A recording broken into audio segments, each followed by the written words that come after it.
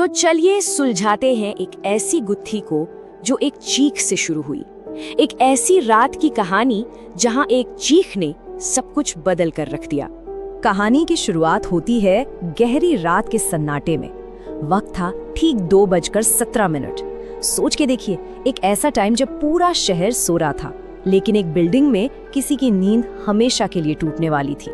एक आदमी जिसका नाम था विक्रम शेट्टी, वो चीखा। एक बार नहीं, 2 बार नहीं, पूरी 3 बार। 3 ऐसी चीख हैं जो दिल दहला दे। और जब तक पुलिस वहां पहुंची, विक्रम मर चुका था। वो चीखें ही उसकी आखिरी आवाज थी। उसके बाद बस खामोशी। और बस यहीं से कहानी असल में उलझनी शुरू होती है। पता है सबसे अजीब बात क्या थी? हर एक पड़ोसी ने पुलिस को सेम टू सेम बात बताई कि हाँ, आवाज तो सुनी, लेकिन किसी को भी घर से बाहर आते या जाते नहीं देखा। तो सवाल ये था कि भाई, कातिल आखिर गया कहाँ? तो बस इसी एक रहस्यमयी चीख की गूंज इंस्पेक्टर रुद्र को क्राइम सीन तक ले आई, और यहीं से शुरू हुई इस केस की ऑफिशियल इन्वेस्टिगेशन। जब अंदर जाकर देखा तो विक्रम के फ्लैट का नजारा बिल्कुल किसी जंग के मैदान जैसा था। सारा सामान इधर उधर बिखरा पड़ा था। मतलब साफ था कि जबरदस्त झड़प हुई थी। लेकिन एक चीज जो सबसे जरूरी थी, यानी कत्ल का हथियार, वो वहां था ही नहीं, गायब। अब बिल्डिंग के वॉचमैन ने तो साफ साफ कह दिया कि भाई रात में कोई भी अनजान आदमी बिल्डिंग के अंदर आया ही नहीं। इसका मतलब कातिल कोई बाहर का नहीं था, वो उन्हीं 3 लोगों में से कोई एक था जो उस रात उस फ्लैट में थे। तो अब आते हैं केस के पहले सबूत पर, और ये एक ऐसा सबूत है जिसे सुनकर सच में रोंगटे खड़े हो जाते हैं। ये मिला था मरने वाले के फोन में। फोन में एक ऑडियो रिकॉर्डिंग थी, और उसके आखिरी 17 सेकंड में ठीक चीखने से पहले विक्रम की एक ऐसी फुसफुसाहट सुनाई दी जिसने इस पूरे केस को एकदम अजीब मोड़ दे दिया। तो सबसे बड़ा सवाल अब ये उठता था कि आखिर वो कौन थी जिससे विक्रम बात कर रहा था। वो फुसफुसाहट अंजलि राव के बारे में थी, लेकिन यहाँ एक अजीब ट्विस्ट है। सरकारी रिकॉर्ड्स के हिसाब से अंजलि तो 2 साल पहले ही मर चुकी थी, पर उसे उस रात फ्लैट में एंटर करते हुए देखा गया था। आखिर ये हो क्या रहा था? और बस यही केस में आता है पहला बड़ा ट्विस्ट, और ये ट्विस्ट लाता है मरने वाले का भाई समीर अपने कन्फेशन से। समीर ने बताया कि जो बात सुनने में नामुमकिन लग रही थी वो बिल्कुल सच थी।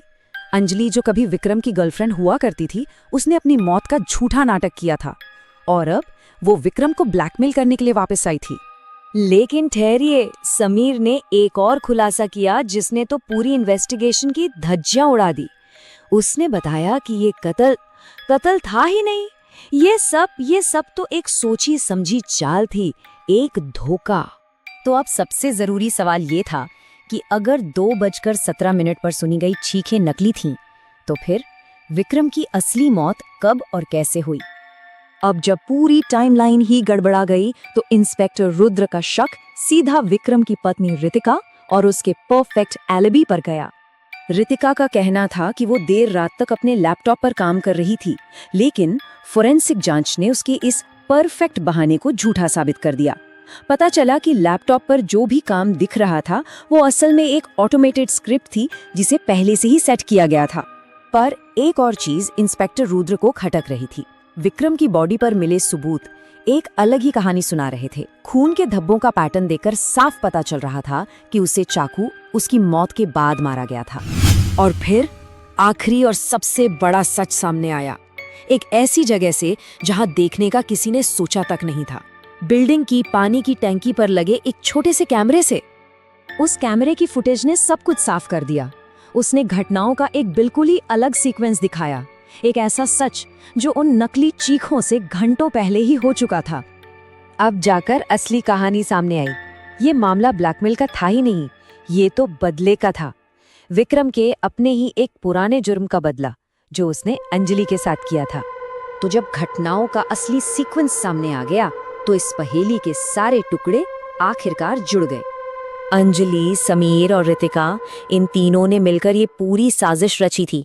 एक ने कत्ल किया, दूसरे ने सबूत मिटाने में मदद की, और तीसरी ने एक झूठी कहानी बनाकर सबको धोखा देने का प्लान बनाया।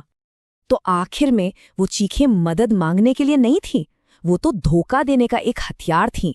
और ये कहानी हमें एक आखिरी और काफी डरा देने वाली सोच के साथ छोड़ जाती है।